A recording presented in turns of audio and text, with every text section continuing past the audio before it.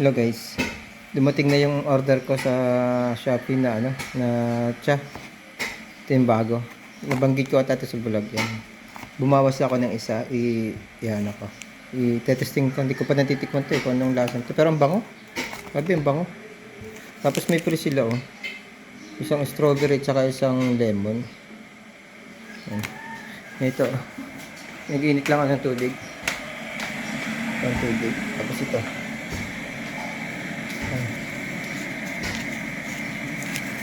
Yan. Ang bango. Sabi, ang bango.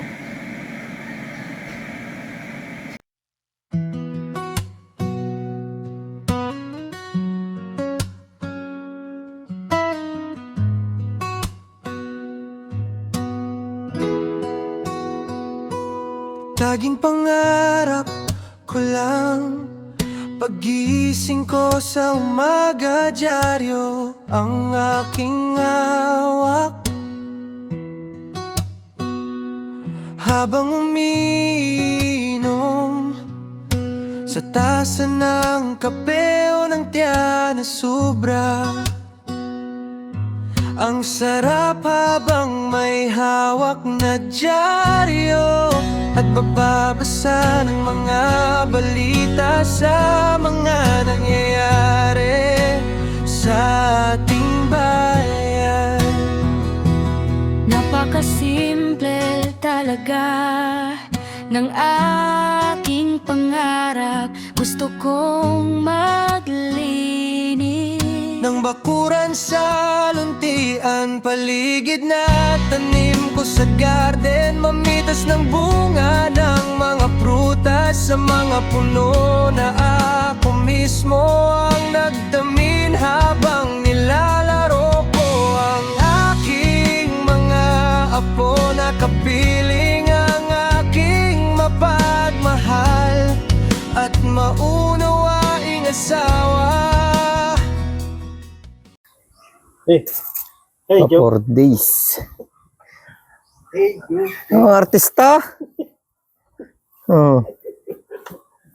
Ang artista. Nasa TV din naman. Oh. Nadikit niya sa TV, miss ko pa paano. Ikaw ang papalit kay Bintambleng.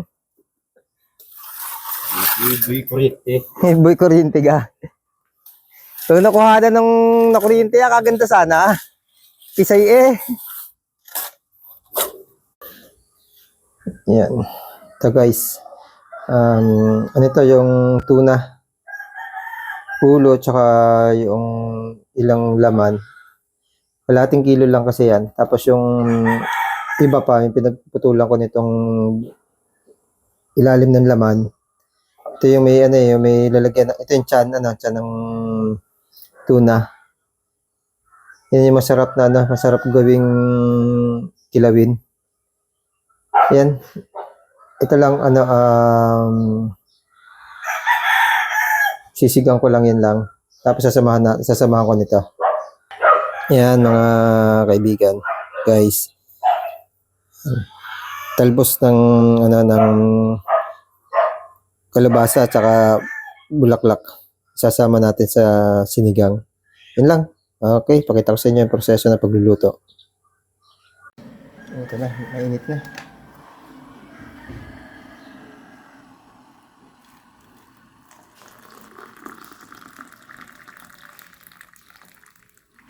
Ayan, okay.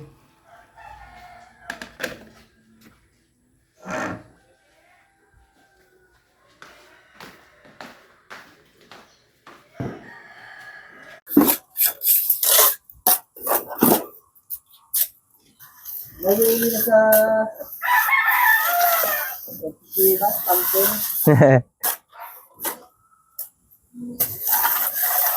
Magaling pa daw ito sa kapitan.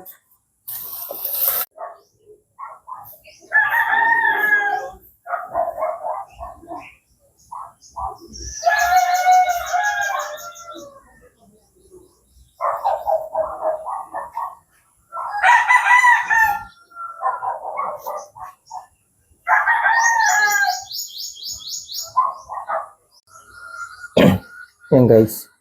Ilagay lang natin dito sa kalan. Sumana natin ang paminta.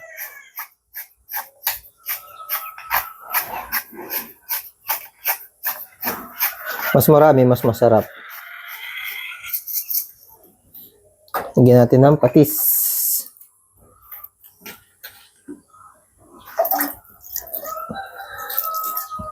Pwede rin na natin buksan yung kalan, ba't hindi natin binubuksan? Ano?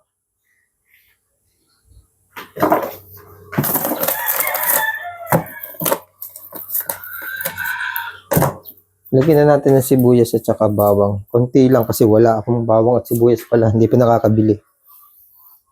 Kasi dapat kahapon nga, naglabas ko ng opisina, bibili, mag-grocery kami. Kaso hindi pa rin nangyari kasi nga hindi ako nakapasok. Pilay ba? Nagkaroon ng rayuma. Pero okay lang. Yan. Pwede nyo din samahan ng ano yan, ng luya. Lagyan natin, may konti pa akong luya dito. Konti pa lang itong luya na titira dito. Lagay na rin natin. Kung may kamatis tayo, pwede natin ano yung pampaasim kamatis. Pero sa akin, kalamansi na lang. May ano ako dito. Dayap na lang.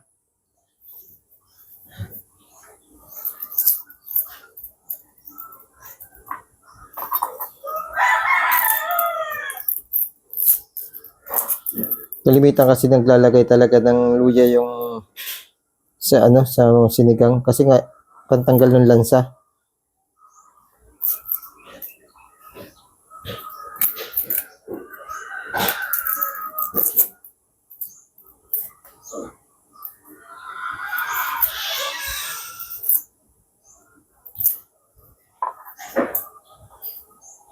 Wala na akong bawang. Maganda sana kung maraming bawang. Kasi dadalawa bawang ko. Dalawang piraso lang. Maganda din kung madaming sibuyas. Wala na rin akong sibuyas. Isa na lang. Kasi nagpetsa de peligro na ka, di ba? Ngayon, dapat nakabili na. Eh, nagkasakit nga. Nagkaroon niya ako ng rayuma. Hindi ako nakapasok. Nagkasakit ako. Wala akong sangkap dito sa bahay.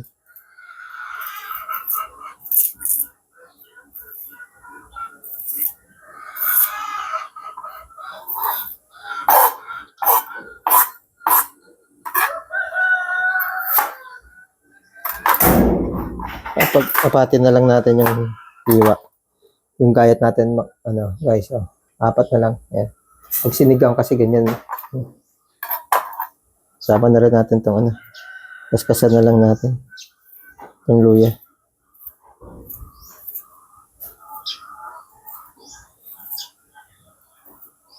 Inisin na lang natin.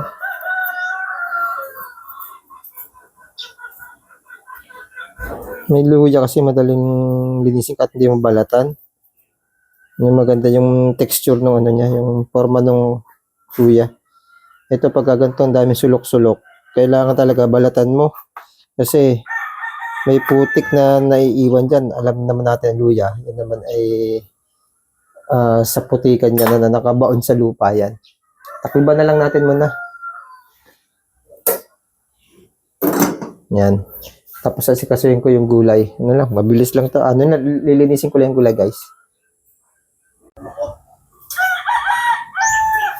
Iniista ko magating pa. Ha? Iniista ko, mapunat.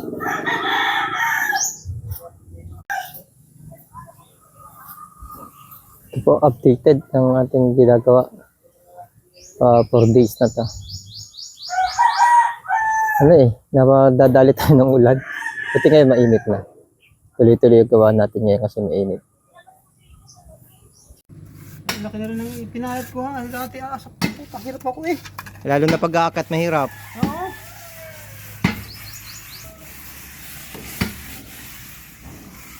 Ari kami panggal ng araw. Isang dalhin. Guys, pagbukas ko ng rep, nakita ko may natira nga pala tayo nito. Sasama na natin ito. Sasama na natin. Mukhang kukulangan yung sabaw natin, ano. Dadagdag pa ako ng sabaw. Hanggang hapon na to. Hapunan na namin dito.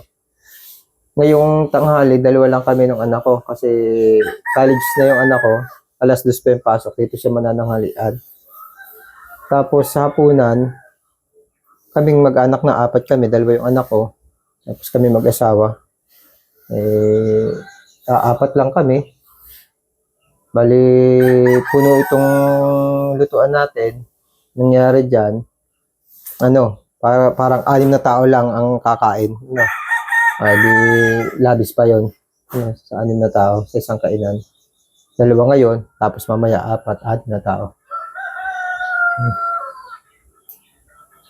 Tapos yung iba na linagay ko sa kaputol nito, ipiprito namin mamaya para sa hapunan. Itong gulay, tsaka prito ang aming hapunan. Okay guys.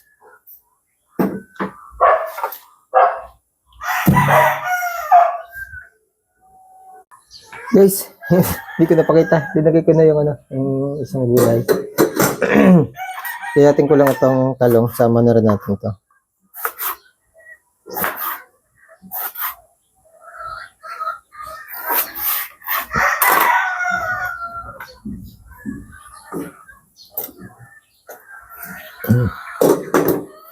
Dagdag tayo isang basong tubig.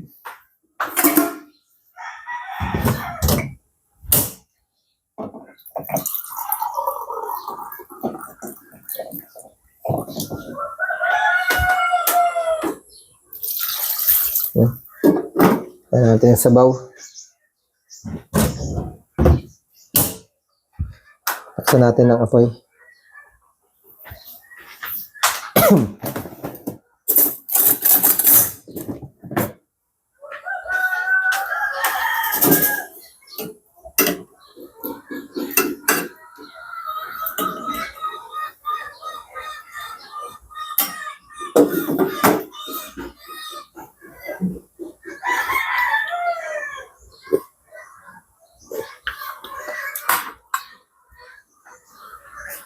Sakto sa aking panlasa yung alat at okay na yan.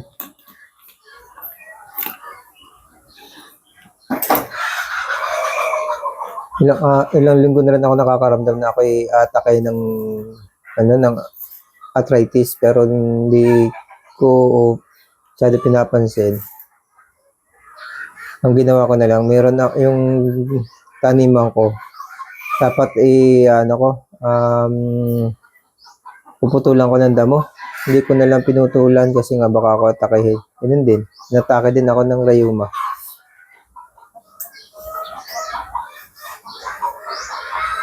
Papakuluin lang natin guys.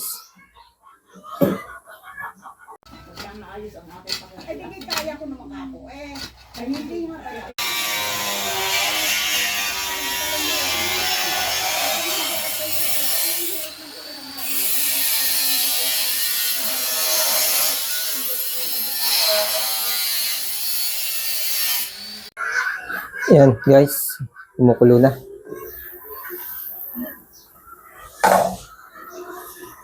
Lagyan na natin itong talbos.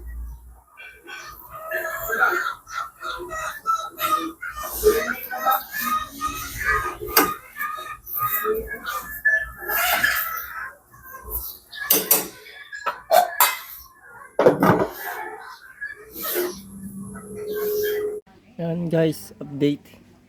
Natapos na yung finishing dito sa ibabaw. Yan. Mag-aayos na sila ng trusses. Yan. Para makapag rebuildingan pa ito ng block. Magba-block dito. May block na ilalagay dito. Para hindi ito umipod, mas matibay. Sample. Kuha tayo ng sample dito. Ayun. Yung ganun. Yung naka-block yun. Ito. Yan may bakal na naka-block. Bablokan yan.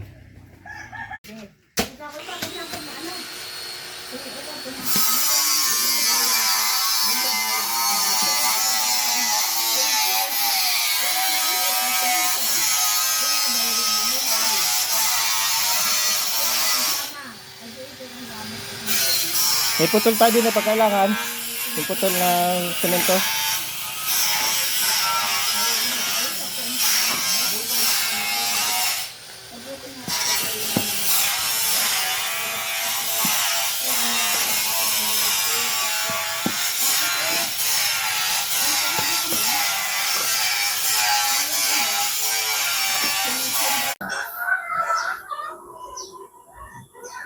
Ang tuloy ang pagkulo sa loob. Nagahan ko ang ang pagluluto guys. Wala, 8:30 lang. Kasi malalanta na maigi yung yung dahon, yung bulaklak.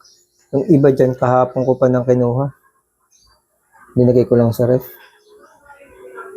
Kaya marami yung bulaklak na yun. Tapos doon sa isang puno, may puno pa doon sa kabila doon eh. Kinuha ko din. Yung problema doon sa kabila, yung bunga lumiban sa bakod, nandun sa kabilang bakod, nandun sa kapitbahay. Sana yung mga bunga, kung hindi ibigay sa amin lahat, no, pero mahiya naman yung kabila, malamang ibibigay yun dito eh. Pero syempre may kabahagi, bibigyan natin sila sa kanilang bakuran na bunga. Kakahiya naman. Sarap guys. Ito yung mga kasama sa pangarap yung mga ganyan pagkain. Kumakain ka sa garden, sa kubo. Okay na yan guys. Lagay ko na itong bulaklak. Daming bulaklak guys. Ayusin lang natin. Tapos takloban natin. Yan na natin. Papatay na lang natin yan. Yan. Tuloy-tuloy na yan. Patay na natin guys. Yan. Okay na yan guys. Maluluto na yan. Maluluto na. Actually, baka kainitin pa natin bago kumain. Kasi syempre, malamig na mamaya-maya. Aga kasi. Okay guys. Update ko kayo sa ginagawa. Bye-bye. Hello guys. Eto, naasintahan na yung kalahati ng hanggang dito sa isang haligi ng tubo. May asinta na yan. Tatambak na lang ng kaunti tapos flooring. Yung kabiak wala pa. Kasi tatanggalin pa itong tuod. Yan, tatanggalin yan tsaka yun. Bali parang hindi mahirapan magkukay talaga eh. Ipapalagari namin yung ilalim. O kahit na kaunti, lagari. Tapos babakalan namin itong kalahati, yung flooring. Babakalan ko yan. Para kung may matirang kahoy sa ilalim, na bulok, lumutos, hindi masira yung flooring. Tapos ito yung taas. Tapos ng lahat yan. Yan. Tapos na. Ilalagay na lang itong sanepa. Lalagyan ng sanepa ito. Gilid. Unahan, yung dalawang gilid tsaka unahan. Sanepa, yun yung sanepa nasa taas. Agatin natin. Yeah. Akyat tayo. Naputol na itong dulo. Ayan, kakabitan dito sa sanepa. Ito ang kabit na sanepa. Papunta dito. Hanggang dito sa taas. Nakapatong dito. Yung anong yun. Diyan ipapatong. Patong dito. Yan. Kompleto na to, tapos na to. Sanepa na lang, yun na lang. Kakabit na lang yun. Yeah. Yeah, yun. Yan. Dalawa yan. Dalawang 6.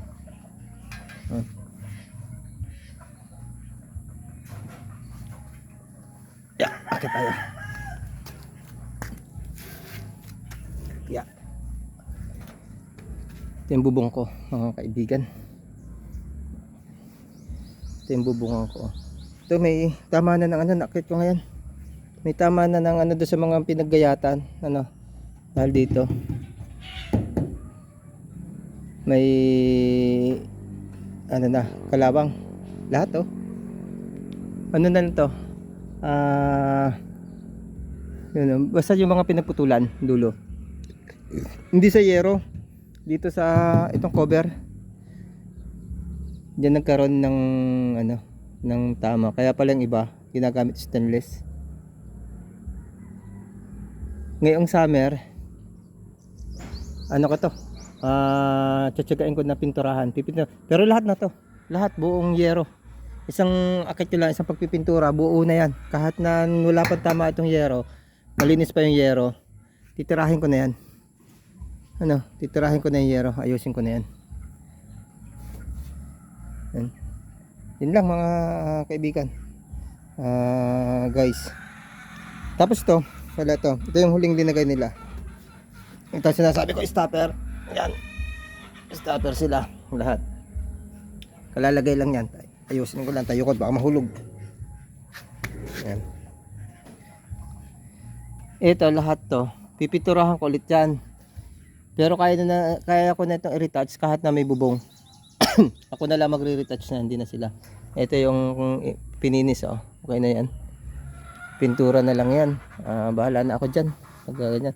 Tapos itong kisame, matagal-tagal pa yan. Unahin ko munang finish yung gilid. Tsaka yung likod. Pag na-finish na yan, kahit ako na tumira ng kisame yan, ano lang yan, papagayat lang ako nung yero. Tapos ribbit lang. Kaya yan. Ganun yung gagawin natin. Yan. Nalupat may ganyan na. Orderan ko lang isang kasi ito, isang metro, lahat yan tigigisang metro. Bibilangin ko lang ito, 8 din sa kabila na tigigisang metro. Nakakapagpag kasi yero na lang lalagay ko diyan dahil hindi naman masama na mainit kasi wala namang poprotektahan yan, kundi yun lang ang mga pupunta diyan sa loob na mga halimbawa daga, hindi makapasok, kabag, ibon. Mahirap yung ibon pag napagbahayan ng ibon yan, kasi pag napagbahayan ng ibon yan magkakaroon ng insekto kasi dahil doon sa bahay. Kaya yun ang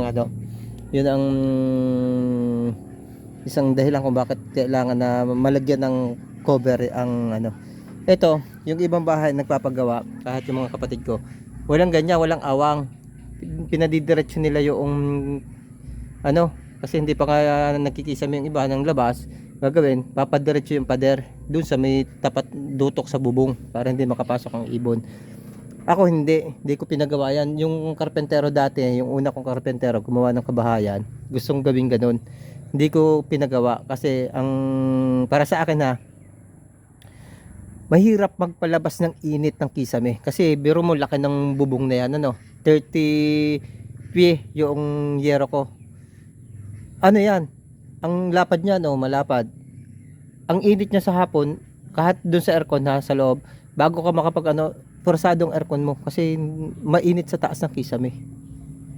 Yan yung dahilan kung bakit pagka ganyan may butas, mabilis lumabas yung init. Ngayon gagawin ko, yung magiging kisame dito, may mga butas-butas na tiga ganon. Yan. Bubutas-butas natin yan para tendency doon lalabas yung init ng kisame. Yan? Air vent. Yun yung para mabilis lumabas yung yung init. May butas doon sa dulo, may butas sa gitna, may butas yung maraming butas-butas. Drill na kasi yung bala ko diyan. Yan na rin. Yerong ganyan na papuputol ko. Dikit na yan diyan, mga kaibigan. Ididikit ko na diyan sa sa kilo. Yan, itong mga bakal na to. Diyan na didikit yan. Yan, hindi kita madili. Yan, yung bakal na yan. Yan may ilaw. Diyan didikit yan sa kilo. Sa kilo na didikit. Yun lang mga kaibigan, update lang kita tayo sa sunod na video sa mga update natin dito sa bahay sa Rico. Bye bye at God bless you.